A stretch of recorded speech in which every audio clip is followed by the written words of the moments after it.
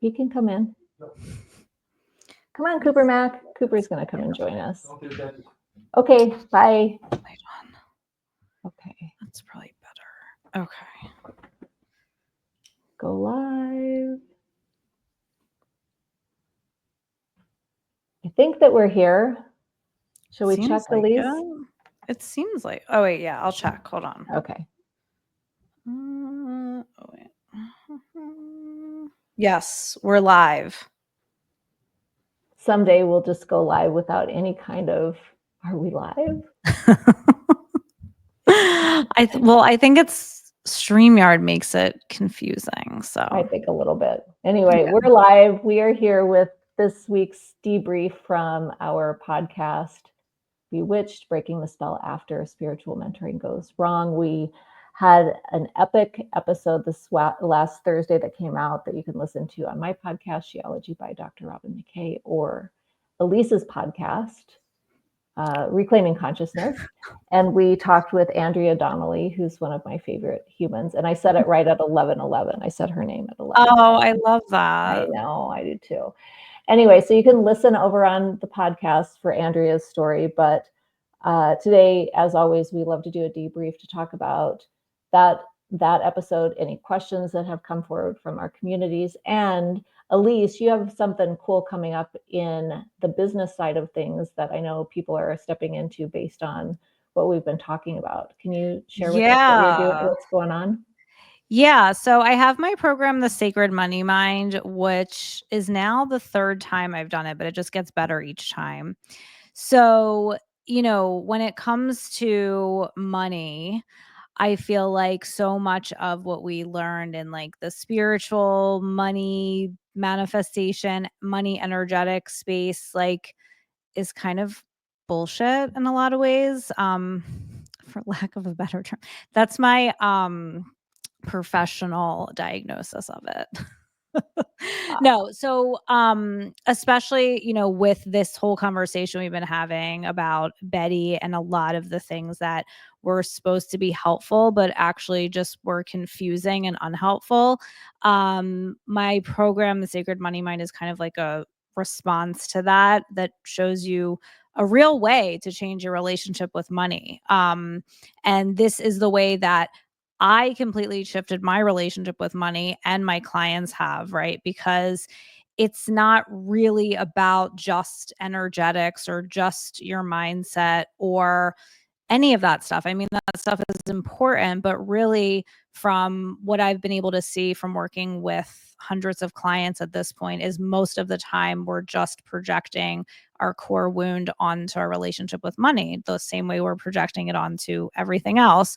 So when you heal that, your relationship with money changes, and then your experience of money changes. So, and that's what I've seen with all of my clients. A lot of times they're not really necessarily focusing on making more money, but they always do.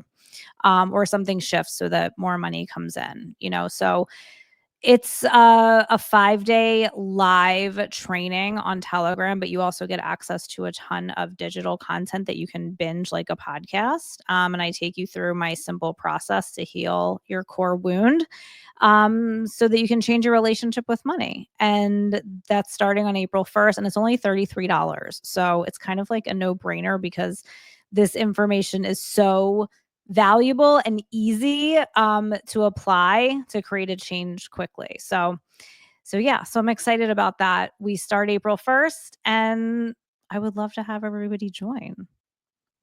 I think that's so awesome.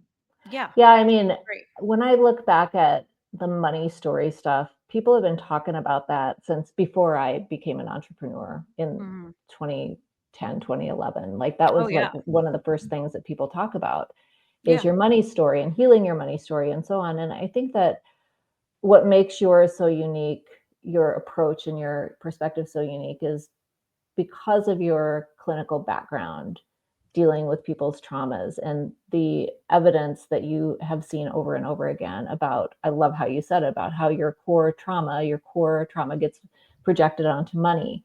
And it even occurred to me, Alyse, as you were talking about that even the trauma around hiring somebody like Betty, working with somebody like Betty, can actually influence relationship with money as well. So I think that is such a gift that you're giving the community. So thank you for doing that.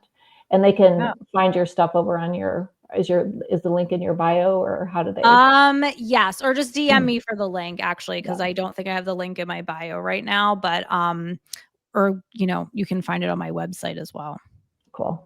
And then I wanted to tell you guys that last week when Barb was here, Barb is my well, she's my bestie at this point. She's a lot of things to me. We have our podcast called Two Shrinks on the Farm, which started last summer when I was living on the farm with her, and I yelled across the yard, "Hey, Barb, we should start a podcast called Two Shrinks on the Farm." And so here we are. And we talk about the psychology of freedom and personality and, just all the things that creativity and all the things we love to talk about. But Barb, as a noted psychologist in the field, having had her own spiritual awakening and trainings, and then subsequent shit show with her own spiritual teacher, had quite a bit to say about my experience. And she was very much, along with you, of course, Alyse, a very strong support as I was recovering from all of this on the other side. So last week we got together for a kind of a crossover episode where she gave her perspective on the whole Betty situation, specifically, but more generally, spiritual teachers, and then what we can do as clinicians, therapists, coaches, counselors to support people in healing from this kind of trauma. And so that's coming forward at some point. We're going to use that as a supplement to the Bewitched podcast. But one of the things that came out of it was that I was like, I need to create a checklist, something that everybody in our community can have access to. How to know what you're looking at. How do you tell the red flags? How do you tell the personality characteristics that are associated with somebody like that, from the angle of healing the healers? Because so many of us are healers. We identify as healers, light workers, and so on. We get into these relationships for one reason or another. Sometimes it's about business. Sometimes it's about personal development. At any rate, as professionals, we want to know, how do I help people with this? So that checklist is what has come out of the conversation I had with Barb. So I'm creating the checklist. If you want access to the checklist, you can just pop checklist, the word checklist, into the comments, and I'll get that to you. I'm putting the finishing touches on it. So it should be out Wednesday this week. So that's what I've got coming up. That's awesome, Robyn. Thank you for creating that. I just think you're welcome. I think that one of the things that's come through for me as we've been going through this process is that there are so many professionals out there who have been, first of all, personally affected by people like Betty, and also professionally, how do we deal with this? How do we help people who come to us with the problem of, I have a Betty in my life, whether it is a spiritual teacher, or maybe it's just somebody at work or a partner or a spouse or whatever who has had this kind of impact on you. We want to make sure that people are trained and educated and informed about what to do next. So that's perfect. I love it. I love what we're doing here.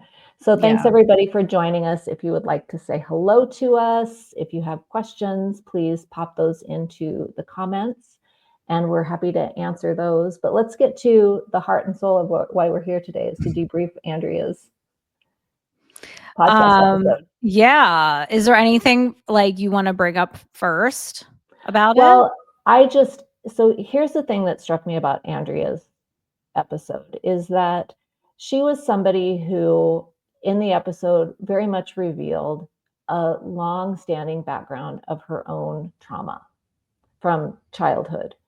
And what I had to look at for myself as I was re-listening to it, and as we interviewed her as well, is when we have people who already have trauma, and then they get into a situation like she got into with Betty, and the experiences that she had with Betty, it really just stands out for me at how fragile our consciousness is. I'm not saying that Andrea is fragile. I'm just saying that our consciousness is very fragile.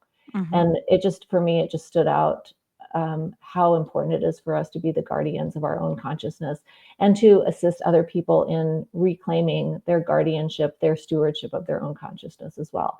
That's what stood out for me. I know that's super high level, but that's what occurred to me. I mean, I think, obviously I'm really close with Andrea, and so like I know her really well. But I do think it was really nice to have her perspective on the podcast because she just has such a unique perspective in general, of the way that she sees things. But I think she brought a lot of really great points up of a lot of like the bigger reasons for this conversation, like beyond just this situation, and just like the greater implications of like the world at large. I think she brought up a lot of like good insights there too. And also just like you said, her history of not only like her childhood trauma, but also like all of her car accidents and the chronic pain and like all of these things and the way that this kind of like exacerbated it, and really like ended up putting her in a really like vulnerable position. And again, obviously it's like, there are ways that she chose that, but at the same time there were ways that she was targeted. So I feel like it's a very like nuanced conversation. But I think her story is very unique, as actually everyone's story is very unique. It's really interesting because even though I actually started writing the list of the patterns because there's like the same patterns across every story, and I wanted to finally put them down. But it is really interesting how even though there are the same patterns across each story, everyone is so unique. Each person is so unique. So I think that's a really interesting piece of it too, is how you get to see these very unique perspectives, but there's also these threads that run through each one that are all the same. I think so too. And that goes to the larger conversation around educating light workers, healers, trauma experts on how to help people navigate on the other side of something like this. Because when we look at patterns, at least for me, I remember being a young psychologist, or even before I was got my PhD, in training, I would look at like lists of things, and I would think, okay, well, this is the thing, and this is what it's going to look like from the specific examples that were in the textbook or in the article that I was reading. And I think one of the things that this podcast series illustrates is, to your point, everybody has a unique story or a unique perspective that can kind of land under the umbrella of a particular pattern or a particular characteristic, but it's going to have a look and feel that's a little bit different. It's going to be very individualized, I suppose. I will use that word. Yeah. Yeah, for sure. And I think that's what makes this whole thing like so interesting, So one of the things that I wanted to talk with you about, Alyse, today is that, Andrea's initial attraction to Betty was sort of brought forward because she was having conversations about things that Andrea was interested in, that Andrea really took kind of a similar perspective to what Betty had taken in 2020-ish, in that kind of arena. And I remember one of the other things that Andrea said was it was unusual to see a woman who was successful and also sharing these concepts and sort of spiritual perspectives. Yeah. So, and the other thing that stood out for me about Andrea is how the good sort of outweighed the bad in the beginning until it didn't.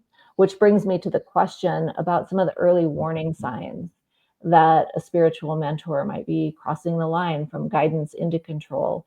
And then along with that, like, how can we really stay rooted in discernment, even when their teachings seem to resonate? Do you have any thoughts on that? That's a big question. Well, I think like one of the early things for almost everybody was what we called the snake bite, which was like the getting, yelled at or scolded or something really mean said to you, like seemingly out of nowhere. I think that was like one of the first things that most people share that they noticed, other than like the trauma bond thing. Like I think that thing happen for a lot of people in the beginning too. But I think for Andrea, what she shared is like, just noticing those ways that she was just like mean, for lack of a better word, like mean and rude. And then it kind of like made you like you'd witness it happen to other people and then be like not want to be the one that it happens to next, kind of a thing. So it makes you, first of all, not want to ask any questions or lean in for support or feel safe getting support. But then also you're kind of left not really getting what you paid for, essentially. And I think that was one of the things she articulated in the beginning. And that was kind of like one of the first signs. But then it's still one of those things where, and a lot of people said this too, where you have that happen, but then you also are like, well, there's all of these women that I really connect with and want to be around. And like the community was the thing that kept people there, even though maybe there was something that happened that wasn't okay with them. They like reconciled it by not wanting to leave the community. Right. Right. I think that's such a good point, that we do data collection as we go along. And I know we just interviewed somebody who I'm really looking forward to revealing who that person is. But one of the things that she said is that the snake bite in all the years that she had known Betty only happened twice. But it was something that she noted. And then we have to look at, does the good outweigh the bad? Because sometimes people have a bad day, or there's something that's going on behind the scenes that we might know about it. But when we're looking at a clear pattern, and then a clear pattern of behavior over time. And then the thing I'll say is that I think it's really easy to kind of get into the group dynamic pressure of not saying anything. Being so glad that it's not me. And you can see how complex this is and how sort of insidious it is as well, because we're trained to speak up, we're trained to defend somebody who's down and those kinds of things. But in certain situations, I think that it can be sort of even an unconscious response to something that kind of triggers our own childhood traumas around, if I say something, I'll be made fun of, or thank God it wasn't me, or whatever. And so there's that kind of dynamic, I think, that plays out that we just have to simply pay attention to from now on. Well, yeah. And it's also like a trauma response too, because you're kind of like what is the word I'm looking for? Like, vicariously. I was going to say subconsciously. That's not the same thing. Vicariously feeling the trauma that the other person's feeling, and it kind of puts you into shock. So you like might not act the same way you would act as if you were just like level-headed, objectively observing something, but what I will say is like there have been a lot of people that have reached out to me over time that have said, after that happened a few times, they couldn't reconcile it and they did end up leaving. I just don't think they ever said anything, but I've had multiple people tell me like, yeah, I knew it was not okay to treat people that way, and I wasn't willing to be treated that way. So I, bowed out. Yeah.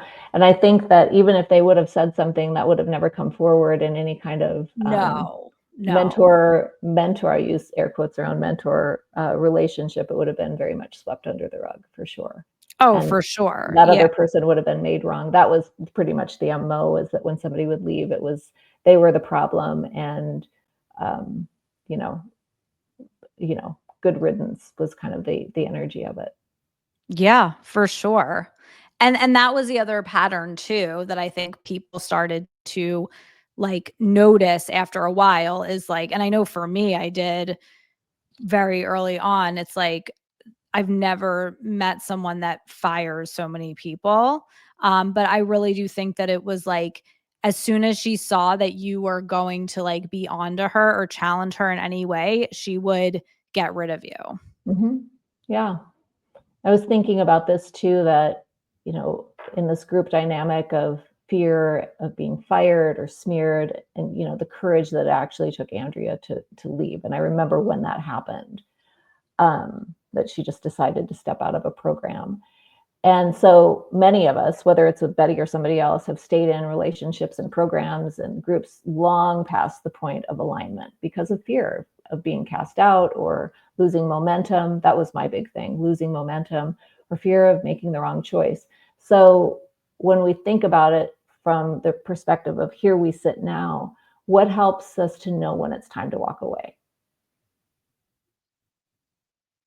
And for me, I think it has to be way more about the, oh, sorry, go ahead. No, there was a little bit of a lag. Am I there? Sorry. Oh, here we go. We'll wait for it to catch up. All right. Once you, might be my internet. All right. Can you hear me now? Yeah, go ahead. Okay. Yeah, my internet. It's like there's a bad storm here, so I think my internet might be a little weird. Okay. So now I forget the question. What was I talking about? Just like, how do you know when it's time to walk away? Oh, from where we sit now. Yeah. I mean, I think that first of all, like trusting your feeling, right? If like there's a feeling that you're not comfortable with, listen to that, you know? But I think that like if somebody does something more than once, I think that's enough information. Like especially if it's something that you feel like is inappropriate. Um you know, I think from a trauma perspective, I think it's always just important to check your own stuff. Like, you know, I always say to people like your core wound, your like biggest trauma will come up inside of a mentorship relationship. So, like checking for that too. If it's like, you know, you get offended by something, but then if you like take a wider lens and you look at your own trauma and maybe you realize that like you have something coming up for you, then I would say to get support with that. But you know, if somebody just blatantly treats you wrong or disrespectfully or inappropriately more than one time, I would say that's it. Yeah, I think so too. I think that for me, when I look at why I stayed so long, I have a really high tolerance for people's nonsense and have a pretty straightforward understanding of, you know, the personality and things like that. And, you know, there seemed to be still a benefit of staying, but I think that when I look back at it, I go back to those times when like I would reach the end of a contract and I would think, you know, I think I'm good. And then something would happen that I would think, well, I can do one more year. And so that was kind of the energy of it was, well, one more year. And then, you know, she would also, I don't know if you remember this, Alyse, but she would also kind of hold people out as well. She's worked with me. She's been in my world for 20 years, or she's been in my world for 10 years as sort of this example of how, you know, people just stay with her. And she would say, not because they're codependent, but because, you know, I'm growing and evolving and they're growing and evolving with me or alongside of me.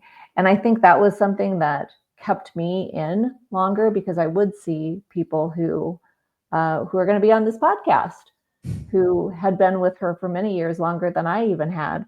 So there was that piece, as well as, you know, sort of the competitiveness or the that sense of, well, you know, I should stay, because that's kind of the prize, is to be noted as somebody who has stayed the longest. Whereas, you know, I don't know. And I think the other thing, like Andrea brought this up too, like you did in some ways benefit from being like one of those close people to her, because she would like, especially with you, but she did it with me too. Like she would like, you know, talk about you all the time and talk about how great you were and how great your work is and all of that. And she did that with me too. And like, you know, obviously that is helpful to your business. It was helpful to mine in certain ways. So, you know, that's something that I don't think that is a reason to stay, but I think it's definitely something that maybe added to the, like if you were trying to figure out what you were going to get out of it, out of staying, even though you didn't want to. Well, yeah. And when you look at it, I've shared this before too, is I want to be clear with people, is that she was calling out her private clients. We were paying her And part of the contract was to be spotlighted in her community. That was part of the contract. So it was not just out of the goodness of her heart that she was doing that. Of course, I like to think that people like Betty have enough, like, yeah, I would say this is true, enough wherewithal and awareness to recommend people who are really, really good, so that those people are coming forward. So if you don't have, she wasn't going to recommend people who were not good at what they do. But on the other hand, recognizing that if somebody's, and this is for any community, I used to think, oh, I just had to be a superstar and then somebody will call me out. Oh, no. They reserve, the leaders reserve that for their top, their top clients, the ones who are working with them privately and so on. So I think that's an important consideration from optics, to understand if somebody is being called out or spotlighted, there's a reason for that behind the scenes, and it's typically a business reason. Oh yeah, for sure. For sure. What else, Alyse, do we want to talk about today? Were there any other like questions or anything? Because I know a lot of people reached out to me just saying how great of an episode it was and how she really nailed certain like concepts and things that people had been thinking, and like the way she articulated it was something that people really appreciated. So I know that I don't think I got necessarily any questions this week around it. It was more just like wow, that was really, really good. I did have somebody tell me though that they really appreciated like our perspectives on everything that has gone on, just from like grounded, more like mental health background perspective, to kind of take all of this information and put it together in a way that makes sense for people, which I appreciated because, obviously it's been like a lot, but we, have been able to, like you with your checklist, and now I'm like doing all the patterns and stuff. I think we've been able to like take the information and bring it into something grounded for people to make sense of. Right. I think that it's one thing to hear people's stories, and that is what the podcast is for. We wanted to break the spell. And, we've already talked about how there's more than one Betty in the world. Everybody has a Betty. Yeah. But then also it's like, what are the practical, strategic steps that we can take on the other side of it? So we don't want to just get invested in only listening to people's stories in sort of this voyeuristic way, but really looking at, and by the way, people, the responses that I'm getting is how healing the series has been for them and how affirming it has been. And the ones that I've heard from this week are dear friends of mine, colleagues of mine who haven't heard from in years, for the reasons that we already know, that, once they were separated from the herd, or once we were separated from the herd, we were no longer able to really access or connect with them. So that's been really enlivening for me. And just from a heart perspective, I'm really grateful for that.